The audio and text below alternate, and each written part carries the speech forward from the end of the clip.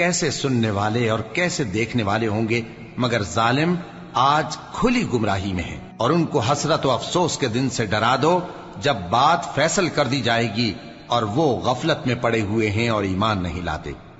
हम ही जमीन के और जो लोग उस पर बसते हैं उनके वारिस होंगे और हमारी ही तरफ उनको लौटना होगा। और किताब में इब्राहिम का जिक्र करो, बेशक वो निहायत सच्चे थे, पैगंबर थे। जब उन्होंने अपने बाप से कहा कि अब्बा, आप ऐसी चीजों को क्यों पूछते हैं जो न सुने और न देखें और न आपके कुछ काम आ सकें। अब्बा, मुझे ऐसा इल्म मिला है जो आपको नहीं मिला, तो मेरे साथ हो जाइए, मैं आपको सीधी राह पर ले चलूंगा।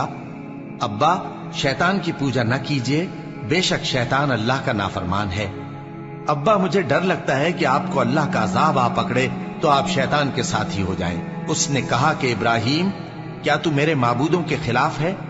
अगर तू बाज ना आएगा तो मैं तुझे संसार कर दूंगा और तू हमेशा के लिए मुझसे दूर हो जा।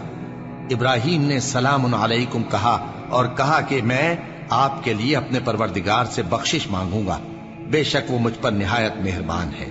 और मैं आप लोगों से और जिनको आप अल्लाह के सिवा पुकारा करते हैं उनसे कनारा करता हूं और अपने परवरदिगार ही को पुकारूंगा।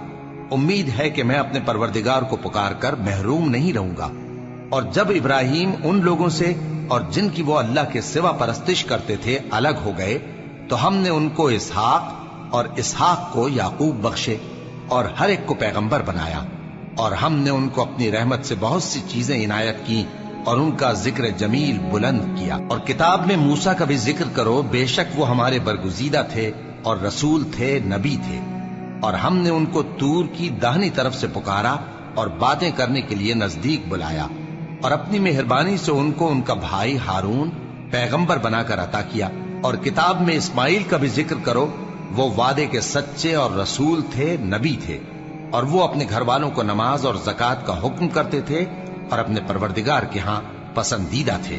और किताब में इदरीस का भी जिक्र करो, वो भी निहायत सच्चे थे, नबी थे और हमने उनको ऊंची जगह उठा लिया था। ये वो लोग हैं जिन पर अल्लाह ने अपने पैगंबरों में से फजल किया, यानी औलाद आदम में से और उन लोगों में से जिनको हमने नूह के साथ कश्ती में सवार किया, और इब्राहिम और याकूब की औलाद में से और उन लोगों में से जिनको हमने हिदायत दी और जिन्हें बरगुजीदा किया।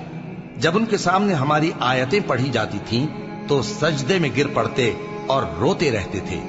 फिर उनके बाद चंद नाखलफ उनके जानशी हुए जिन्होंने नमाज को जाया कर दिया और ख्वाहिशात नफसानी के पीछे लग गए, सो अनकरीब उनको गुमराही की सजा मिलेगी। हाँ, जिसने तौबा की और ईमान लाया और अमल नेक किए तो ऐसे लोग